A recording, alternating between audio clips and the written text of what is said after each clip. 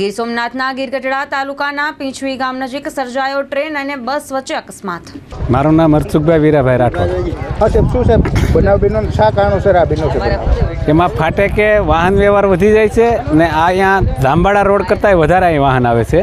પણ ટૂંકમાં અહીંયા કોઈ જાળવણી ન હોય એના હિસાબે તો અહીં ખરેખર ફાટેક કમ્પ્લીટ પેક હોવી જોઈએ. ખાલી દોરી હોય તો દોરીના આધારે તો માણસનું જાન પીડ્યું ન પીડ્યું ભૂલ ખાઈ જાય. માણસને ઉજાગરો હોય ડ્રાઈવરને તો ભૂલ ખાઈ જાય, આવું થઈ શકે. આમાં તો બસ ખાલી હતી, ભરી હોય તો કેટલો માણસ મરી જાય. કયો રોડ છે આ રોડ છે ગીરગઢડા સોમનાથથી થ્રુ લાગે. બનાવ શું આજે બન્યો? આજે ટ્રાવેલ્સમાં ડાયરેક્ટ ટ્રેન ભટકાઈ ગઈ.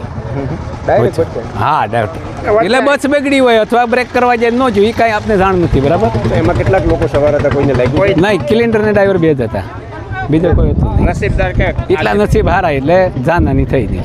કાલે હોત તો 20 જણા જાન. અમારી માગી છે કાયદાર ગેટ હોવું જોઈએ અહીંયા, દરવાજાવાળો ગેટ હોવો જોઈએ. જામવાડા જે છે ને એવો હોવો જોઈએ. જેટલા જામવાડા વાહન નીકળે એથી વધારે અહીં નીકળે. ડોબરિયા ઘનશ્યામભાઈ મોહનભાઈ. સાહેબ, આજે એક બનાવ બન્યો છે તમારા ગામનો છે, કઈ જગ્યા ઉપર બનાવ બન્યો, શું બન્યો બનાવ? પીછવીની ફાટક ઉપર, પીછવી અડમડિયાની વચ્ચે જે ફાટક છે ને, રેલવે ફાટક એની વચ્ચે શું બનાવ? આ ટ્રેન અને બસનો બેનો અકસ્માત બન્યો. કઈ રીતે થઈ શકે? એ તો જે તે સમયે સ્થળ ઉપર તો હાજર નહોતા, પણ લોકોનું કહેવાનું એવું છે કે જ્યાં રોકવા માટે લોકો રાખે છે એ કદાચ નહોતા, એવું કહેવામાં આવ્યું છે. ફાટક નથી? હે? ફાટક નથી? ફાટક નથી અહીંયા, બધા ઓપન ફાટક જ છે ઠેઠ તાલાળા સુધી.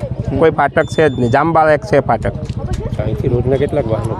અહીંથી રોજના મારા હિસાબથી 1000 તો ખરા જ આવક જાવક 24 કલાકની. 1000 વાહન તો જાતા જ હશે, નાના મોટા બધા. વિભાગે શું કરવું જોઈએ હવે? રેલવે વિભાગે ખરેખર તો ફાટક મોટી મેકી અને ફાટક જ મદાઈ નાખવી જોઈએ કાયદેસરની. જામવાડા એટલું નહીં. જામવાળા એનાથી બી વધારે થોડુંક છે.